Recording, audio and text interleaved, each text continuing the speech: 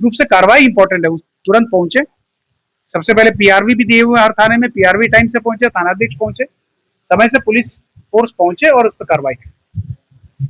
और दूसरी बात, बॉर्डर पोरस बॉर्डर होने की वजह से आप इस तरफ भी उस तरफ भी लोगों की आवागमन में कोई रोक नहीं है, तो इसको लेकर के कोई क्रिमिनल एक्टिविटीज ना हो, इसीलिए लखीमपुर खीरी जिले में कानून व्यवस्था को परखने और सुरक्षा व्यवस्था चाक चौबंद करने के उद्देश्य से आईजी रेंज लखनऊ किराड़ेस शनिवार को लखीमपुर खीरी पहुंचे। उन्होंने पुलिस लाइन सभागार में जिले के तमाम पुलिस अधिकारियों के साथ एक मैराथन बैठक की।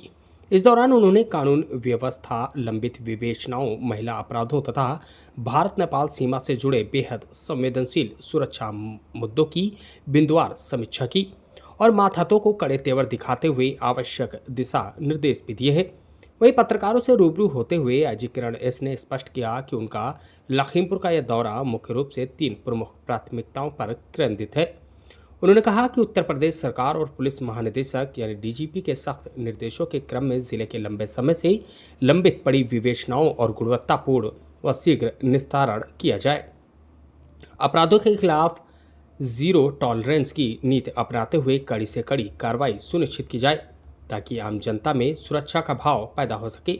वहीं महिला संबंधी अपराधों को लेकर उन्होंने कड़ा रुख इख्तियार करते हुए कहा कि महिलाओं से जुड़े किसी भी मामले में लापरवाही बर्दाश्त नहीं की जाएगी और ऐसी शिकायतों पर पुलिस को तत्काल एक्शन मोड में आना होगा। हालांकि उन्होंने आगामी त्योहारों के मद्देनजर भी सुरक्षा व्यवस्था को लेकर कड़े निर्देश दिए हैं। तो 3 मेन पॉइंट्स थे।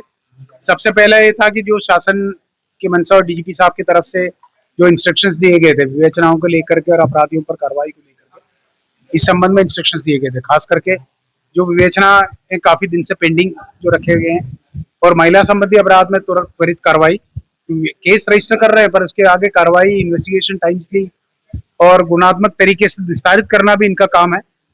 और थानों पे जो चल रहे विवेचना की सुपरविजन, इसमें कोई कमी न छोड़े, क्योंकि इनकी सुपरविजन नियमित रूप से इनकी ऑर्डरली रूम करना ये क्षेत्राधिकारी इनका काम होता है।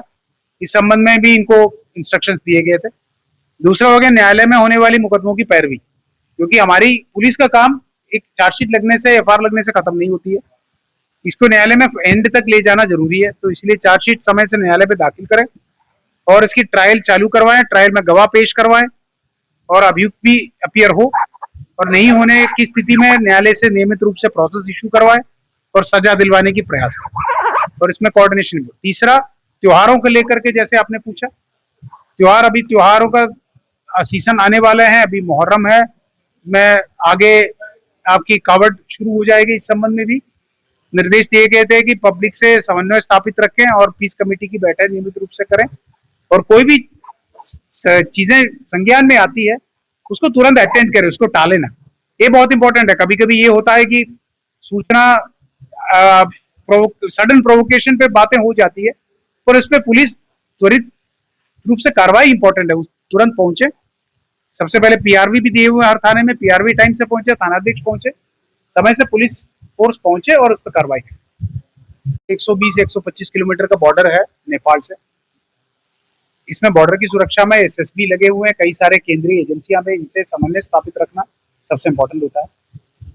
और दूसरी बात, बॉर्डर पोरस बॉर्डर होने की वजह से आप इस तरफ भी उस तरफ भी लोगों की आवागमन में कोई रोक नहीं है, तो इसको लेकर के कोई क्रिमिनल एक्टिविटीज ना हो, इसलिए समन्वय इंपॉर्टेंट है।